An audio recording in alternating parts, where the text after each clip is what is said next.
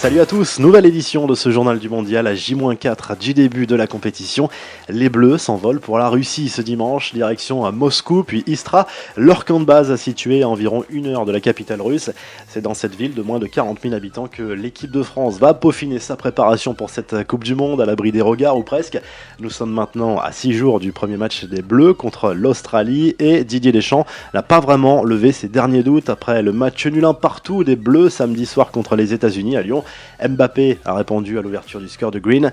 Ce dernier match de préparation est globalement inquiétant. Coup de froid, titre d'ailleurs le quotidien L'équipe ce dimanche au sujet de la prestation globale tricolore. Si certains joueurs comme Kylian Mbappé, N'Golo Kanté ou encore Paul Pogba ont rendu une copie acceptable, les autres n'ont pas été à la hauteur. Les États-Unis ont marqué sur l'une de leurs seules opportunités devant le but tricolore à la suite d'une grosse erreur technique de Djibril Sidibé. Hugo Lloris n'est pas non plus exempt de tout reproche sur ce but. Devant, Griezmann a beaucoup tenté mais a manqué de réussite et Olivier Giroud a été complètement transparent avant de céder sa place à la suite d'un choc à l'arcade avec un défenseur américain. On retiendra surtout le positif de cette préparation des Bleus. Aucun blessé dans les 23 joueurs convoqués au départ et les deux premiers matchs remportés contre l'Irlande et l'Italie. Les Australiens, premiers adversaires des tricolores en Russie, ont remporté leur dernier match de préparation contre la Hongrie samedi soir. Victoire 2-1 des Soqueros avec beaucoup de réussite certes, mais c'est toujours bon pour le moral.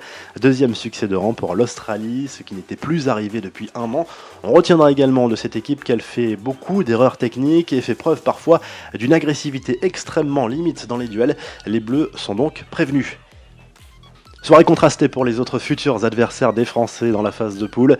Le Danemark a dominé le Mexique 2-0 grâce à un excellent Eriksen, auteur d'un but et d'une passe décisive lors de cette rencontre. Le milieu de terrain de Tottenham sera bien évidemment le joueur à surveiller le 26 juin. Avec lui, le Danemark joue beaucoup mieux. L'autre futur adversaire de l'équipe de France, le Pérou, a fait match nul 0-0 en Suède. Un match sans éclat, mais les Péruviens ont étendu leur série d'invincibilité à 15 matchs.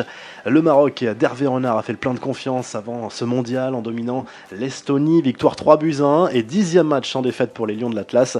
L'Iran, futur adversaire des Marocains, est prévenu et l'Espagne et le Portugal devront clairement se méfier de cette équipe présentée par de nombreux observateurs comme la meilleure du continent africain actuellement.